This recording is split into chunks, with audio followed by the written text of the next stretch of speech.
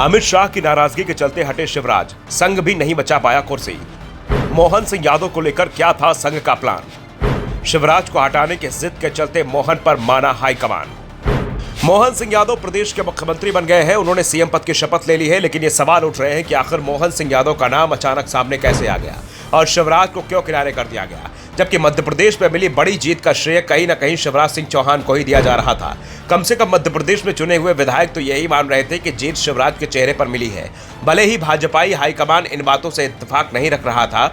ऐसे में सवाल उठ रहा है कि इतनी बड़ी जीत दिलाने वाले शिवराज सिंह की जगह मोहन सिंह यादव का नाम कैसे आगे आ गया, जबकि अमित शाह ज्योतिरादित्य सिंधिया को सीएम पद देना चाहते थे। शाह ने इसकी तैयारी भी कर ली थी, लेकिन अंतिम समय पर संघ ने उनका रास्ता काट दिया। खबरें हैं कि जब चुनाव परिणाम आए तो संघ ने संकेत दे दिए थे कि शिवराज ने मध्य प्रदेश में बीजेपी को हारी बाजी जिताई है, उन्हें सरकार चलाने का अनुभव है और पिछड़ा वर्ग से भी आते हैं। ऐसे में शिवराज का ही दावा सबसे ऊपर माना गया था।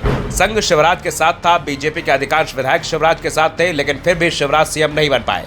खबर है कि प्रधानमंत्री मोदी को शिवराज से कोई परेशानी नहीं थी। जेपी नड्डा भी शिवराज को लेकर क्लियर थे कि उन्हें ना तो शिवराज बहुत पसंद है और ना ही नापसंद है, मिलकर जो फैसला होगा उसे माना जाएगा। लेकिन शाह शिवराज को हटाने पर अड़े हुए थे। वैसे भी चुनाव पीएम मोदी के चेहरे पर लड़ा गया था, ऐसे में शिवराज का दावा पहले से ही कमजोर माना जा रहा था। शाह के वीटो से शिवराज किनारे तो लगा दिए गए, लेकिन जब ज्योतिरादित्य सिंधिया को सीएम बनाने के लिए नाम रखा गया तो सबसे पहला विरोध संघ की ओर से ही हुआ। संघ ने साफ कर दिया कि राज परिवार से जुड़े किसी भी व्यक्ति को सीएम नहीं बनाया जाएगा, सीएम एक आम कार्यकर्ता को बनाया जाएगा। और इसके बाद संघ की ओर से मोहन सिंह यादव का नाम सामने रख दिया गया और साफ कह दिया कि अगर मोहन सिंह यादव के नाम पर पार्टी में सहमति नहीं बनती है तो फिर शिवराज सिंह चौहान का नाम सीएम पद के लिए घोषित कर दिया जाए।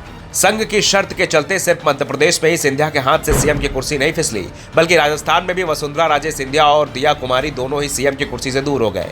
बीजेपी हाईकमान भी संघ के सुझाव का नाम का विरोध करने की स्थिति में नहीं था, क्योंकि अब लोकसभा चुनाव सामने है, 100 दिन भी नहीं बचे हैं। 3 महीने बाद कभी भी लोकसभा चुनाव का ऐलान हो जाएगा। ऐसे में बीजेपी हाईकमान भी संघ को नाराज करने की स्थिति में नहीं था, क्योंकि 2004 में अटल बिहारी वाजपेयी संघ को नाराज कर परिणाम देख चुके हैं। जब देश का पूरा परिदृश्य बीजेपी के पक्ष में दिखाई दे रहा था, 2023 की तरह 2003 में भी बीजेपी ने मध्य प्रदेश, राजस्थान और छत्तीसगढ़ तीनों में बड़ी जीत हासिल की थी।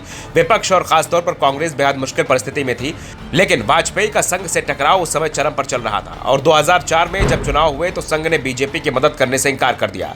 परिणाम सामने था, बीजेपी सत्ता से बाहर हो गई। 2009 में संघ ने पूरी ताकत लगाई, फिर भी सत्ता नहीं मिल पाई। ऐसे में प्रधानमंत्री मोदी को भी एहसास है कि जब वाजपेयी सत्ता में वापसी नहीं कर पाए तो इस समय तो विपक्षी गठबंधन से मुकाबला है। ऐसे में लड़ाई पहले से कठिन है और आरएसएस का विरोध लेने का सीधा सीधा मतलब होगा कि केंद्र की सत्ता से हाथ धो देना, और मध्य प्रदेश के सीएम की कुर्सी के लिए केंद्र की सत्ता छोड़ना बीजेपी हाईकमान को सही नहीं लग रहा था।